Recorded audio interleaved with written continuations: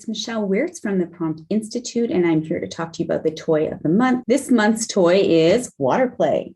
So water play is something that everybody has, easily accessible. You can use all kinds of different containers. You can use larger ones, you can use smaller ones, or ones that maybe look like a little pool that you have within your office. Make sure that you have some towels or paper towels to mop up the mess.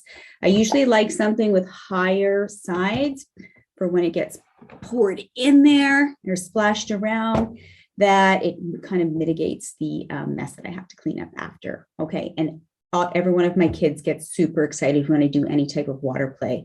And I do some pretty easy stuff because we have to focus on lexicon and we have to focus on motor speech movement. So I don't want to make the activity too complicated with too many steps so that you know which goal to focus on. So I'm going to talk about what I do for stage 3, a couple activities I do here at stage 3, mandibular control. Cups. So stacking cups are easy for putting the cup in and lifting it up, up, up. And everybody just loves to pour them back into the cup. And we could modify a version of more. So we could do something like ma up. So we're lifting up the cups and even pour it into another stacking cup. Up, up, up, up, up, up, up, up, up. And sometimes I'll even get them to put it on their hand. So they're pouring it on their hands, okay? So we've got that nice vertical control going in stage 3, mandibular control. One of the other ways I like to amp up water play at stage 3, mandibular control is adding in a little bit of bubbles within it. And how do we make the bubbles? We could stick our hands in and go pat, pat, pat, pat, and start to make some bubbles within our water play. So let's talk about how we could use water play for stage 4, labial facial control. I look in my therapy cabinet, I ask, what do you have today? So today I found some boats for that nice lip rounding. Dry my hands off a little bit. So we could do some boats or even boats, and we could do more boat if I wanted to do that surface prompt, or I can give a parameter prompt, more boat for that facial rounding. And I could put the boats in the water. And then I could also add people into the boat, and I could name the people, right? I could have maybe Bo go in the boat, or even Mo go in the boat. And then what happens if the boat starts sinking because maybe there's a storm coming up and their boat starts sinking, we can work towards retraction. Who needs help? Me. Need help. And then we take the people out. They usually follow the kiddos play however they want to play. It's a really imaginative pretend play, and it creates a lot of fun suspense, and it goes with their interests. So whatever they're interested in playing.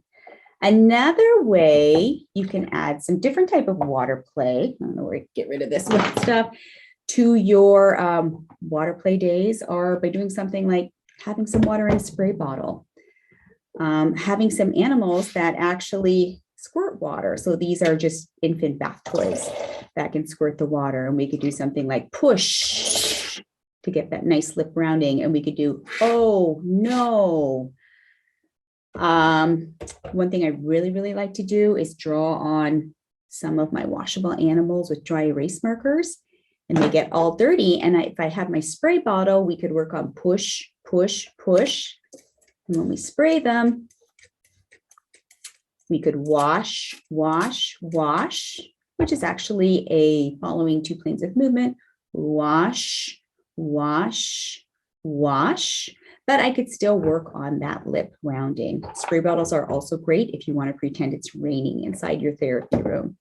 All right, my last idea for stage 5 lingual control is modified versions of games. So my Lucky Ducks game broke. I don't have it anymore, but guess what? I saved all the ducks from my Lucky Ducks. So we could put them floating in the water And this actually works best if you don't have too much water in your container. And we pull them out. And if we're working on posterior lingual control, we could work on I got. So I got purple square. I got red circle. So you could take anything in your therapy room and sort of modify it for whatever needs you have. Another thing that's really simple that my kids like to do, I work on a cognitive linguistic activity where we maybe work on animals. Do they live on the land? Do they live in the water? And if they are water animals, then we get them and we could put it in. And the bigger the splash, the more fun. So we've got that interior control, lingual control for put it in. All right, my last activity that I love doing with real water, and it's so much fun, and you don't need a lot. I probably put more than I normally put in this container, but sometimes I might do something like use my tiny container with only even this much water. That much water really is a lot of fun too. I have some fish that I have from one of the games that I have. And we could go actually go fishing and work on posterior lingual control with like I caught. It's a nice open vowel to facilitate jaw height 3 and to get that posterior lingual contraction for caught. So we could go fishing and catch real fish with our real water and however you want to modify any fishing rods. So I hope you enjoyed that. If you have an activity that you love doing with water, I would love to hear it. Can you please post it in the comments and share the video with other clinicians that you think may like this video? Thanks.